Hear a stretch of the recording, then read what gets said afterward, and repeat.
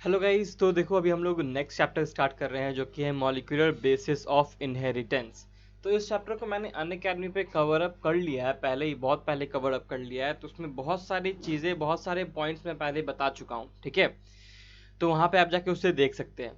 और बाकी बचा एनसीईआरटी के सेगमेंट्स। तो इस लेक्चर सीरीज में जब हम लोग कुछ दूर आगे पहुँच जाएंगे, शायद 5, 6, 10, 12 जितना भी वीडियो मुझे लगेगा, उसके बाद से मैं एनसीईआरटी सेगमेंट्स स्टार्ट करूँगा और बीच में कहीं जाकर एनसीईआरटी सेगमेंट्स खत्म हो जाएंगे। और फिर हम लोग कुछ एक्स्ट्रा पॉइंट्स जो एनसीईआरटी के बाहर होते हैं उनको भी हर वीडियो की शुरुआत में लेंगे, उसे भी खत्म करेंगे और फिर वीडियो को कवर अप करेंगे। तो अभी शुरुआत के कुछ वीडियोज में एनसीईआरटी आपको नहीं दिखने को मिलेगा। पहला क्वेश्चन स्टार्ट करते हैं। Complex of ribosome attached to a single strand of RNA is known as polysome. इसे कहते हैं हम लोग पोलीजोम, ठीक है ना। और ये जो पोलीजोम है, कहने का मतलब क्या होता है इसमें इसमें होता है कि एक एमआरएनए रहता है, एमआरएनए के दोनों जो है ना, एमआरएनए के ऊपर राइबोसोम्स लगे रहते हैं, ठीक है ना। इसे कहते हैं हम लोग पोलीजोम। ये भी एक तरह का प्रोटीन इनकोडिंग स्ट्रक्चर होता है, ठीक है ना। ये भी प्रोटीन बनाते हैं। Isolation and purification of specific DNA segment of a living organism was achieved by, देखो इसे हम लोग डेसिफेरिंग ऑफ डीएनए सेगमेंट या फिर डेसिफेरिंग ऑफ कोड्स भी कहते हैं, ठीक है। और इसका आंसर जो है वो है नीरेनबर्ग। नीरेनबर्ग ने ही खोजा था, डेसिफर किया था, यानी कि निकाला था डीएनए सेगमेंट को किसी लिविंग ऑर्गेनिज्म से, उसको आइसोलेट किया था, प्यूरिफाई किया था, ठीक है। Cyclin adenosine monophosphate was discovered by, monophosphate जो साइक्लिक एडोनोसाइन मोनोफॉस्फेट जो होता है, जो सीएएमपी साइकिल भी कहते हैं, ठीक है, सीएएमपी मॉडल भी कहते हैं। ये कैस्केड मॉडल होता है। कैस्केड मतलब होता है जिसमें कई सारे सेगमेंट्स होते हैं, कई सारे स्टेप्स होते हैं, उसे हम लोग कैस्केड मॉडल कहते हैं, ठीक है। Of enzyme regulation was proposed by, ये किसने प्रपोज किया था? तो ईडब्ल्यू सुदरलैंड ने इसे प्रपोज किया था। बहुत सारे साइंटिस्ट के नाम आपको आएंगे और इस चैप्टर में साइंटिस्ट के नाम याद रखना बहुत ज़्यादा जरूरी भी है, ठीक है, इसलिए ध्यान रखिएगा।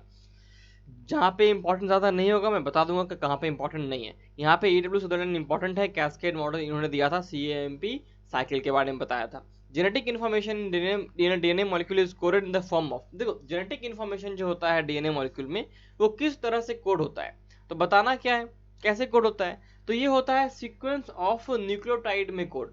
अब देखो क्यों, क्योंकि हम लोग बोलते हैं ना, पहले ए आएगा, फिर जी आएगा, फिर सी आएगा, फिर टी आएगा, फिर मान लेते हैं कि जी आ रहा है, फिर ए आ रहा है, फिर यहाँ पे ट्रिपल ए आ रहा है कि नहीं। इस ढंग से जो होता है ना, ये जो कोडिंग होता है डीएनए सेगमेंट्स का, ये क्यों हम लोग बोलते हैं कि यहाँ पे सीक्वेंस ऑफ न्यूक्लियोटाइड, बिकॉज एक तीन न्यूक्लियोटाइड मिल करके, तीन बेस मिल करके एक कोडॉन बनाएंगे और ये एक कोडॉन एक अमाइनो एसिड बनाएगा और यही अमाइनो एसिड मिलकर के प्रोटीन बनाएंगे जो हमें दिखाई देने वाला है। तो वो प्रोटीन बनाने के लिए हमें अमाइनो एसिड चाहिए और हर अमाइनो एसिड के लिए हमें एक स्पेसिफिक सीक्वेंस चाहिए न्यूक्लियोटाइड का, इसीलिए हम लोग यहाँ पे सीक्वेंस ऑफ न्यूक्लियोटाइड कह रहे हैं। Prokaryotic genetic system has, histone नहीं होता है प्रोकैरियोट्स के पास, हिस्टोन नहीं होता है, डीएनए तो होता ही है, तो डीएनए एंड नो हिस्टोन्स।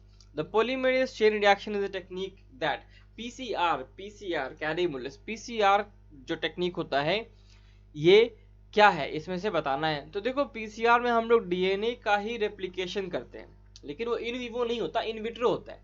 कहने का मतलब शरीर के बाहर होता है, यानी किसी एक मशीन के अंदर होता है। Used for in vitro replication of specific DNA sequence using thermostable DNA polymerase. Answer इसका डी हो जाएगा।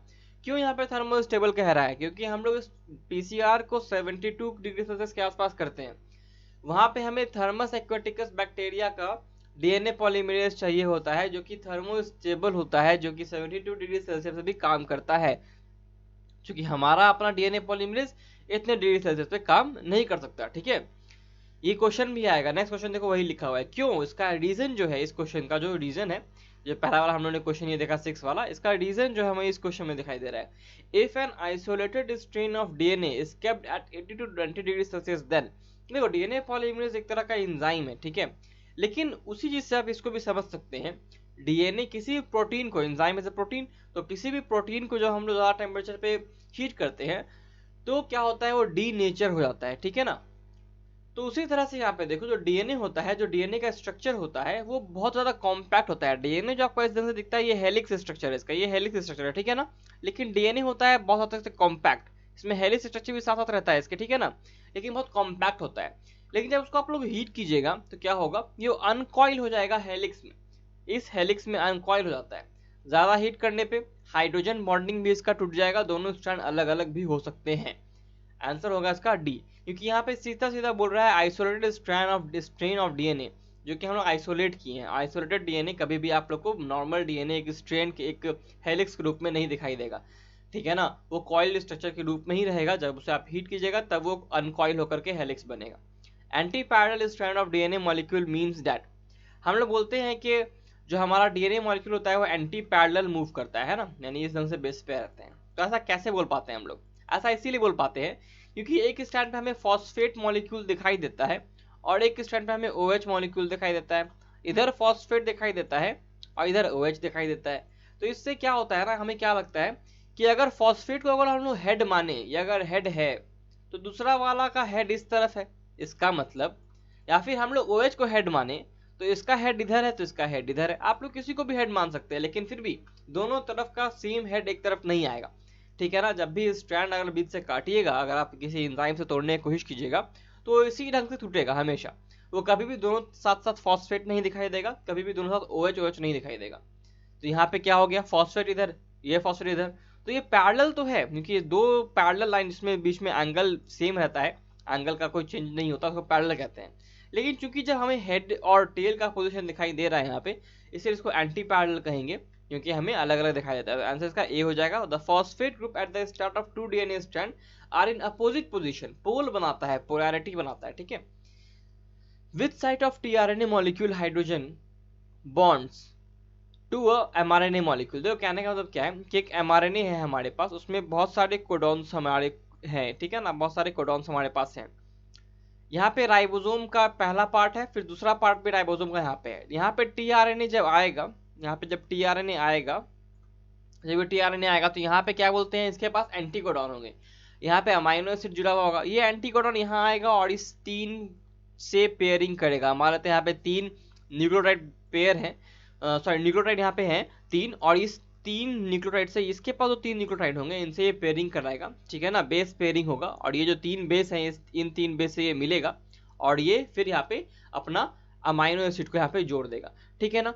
उसी ढंग से जो यहाँ पे ये 3 हैं, तो ये तो हमारे एमआरएनए के ऊपर जो 3 हमारे पास बेस होते हैं इसको हम लोग कोडॉन कहते हैं, लेकिन जो बेस हमें टीआरएनए पे मिलते हैं उसे हम लोग एंटीकोडॉन कहते हैं, ठीक है। तो यहाँ पे आंसर हो जाएगा एंटीकोडॉन। यही हाइड्रोजन बॉन्डिंग करता है, पेयरिंग करता है हाइड्रोजन, ये भी चारगॉफ रूल को फॉलो करता है, इसमें कोई डाउट नहीं है, ठीक है। तो आंसर इसका हो जाएगा एंटीकोडॉन। नेक्स्ट लास्ट क्वेश्चन है, nucleotide arrangement in DNA can be seen by, nucleotide arrangement in DNA can be seen by, कैसे उसे हम लोग देख सकते हैं न्यूक्लियोटाइड अरेंजमेंट। जैसे मैंने बताया ना कि एक डीएनए है तो वहाँ पे कुछ न्यूक्लियोटाइड होते हैं, यहाँ पे ए रहेगा तो यहाँ पे क्या हो जाएगा, टी हो जाएगा, यहाँ पे जी है तो यहाँ पे सी हो जाएगा। तो ये जो अरेंजमेंट होता है इसे हम लोग कैसे देख सकते हैं, तो देख सकते हैं हम लोग एक्सरे क्रिस्टलोग्राफी से, एक्सरे क्रिस्टलोग्राफी से, ओके। अब देखो ये जो क्वेश्चन है ना, ये हमारा 1500 नंबर वाला क्वेश्चन है, ठीक है। 1500 नंबर क्वेश्चन है, हम लोगों ने 1491 से स्टार्ट किया था। अभी तक हम लोगों ने cell cycle, biomolecules, principle of inheritance and variation, ये 4 चैप्टर कंप्लीट कर लिए हैं। अभी हम लोग नेक्स्ट चैप्टर में आ गए हैं मॉलिक्यूलर बेसिस में, इसमें हम लोगों ने ये पहला वीडियो देखा, हम लोग 1500 क्वेश्चन पे पहुंच चुके हैं, ठीक है। अब अगला वीडियो में हम लोग आगे बढ़ेंगे, तब तक study smart, work hard and stay healthy guys.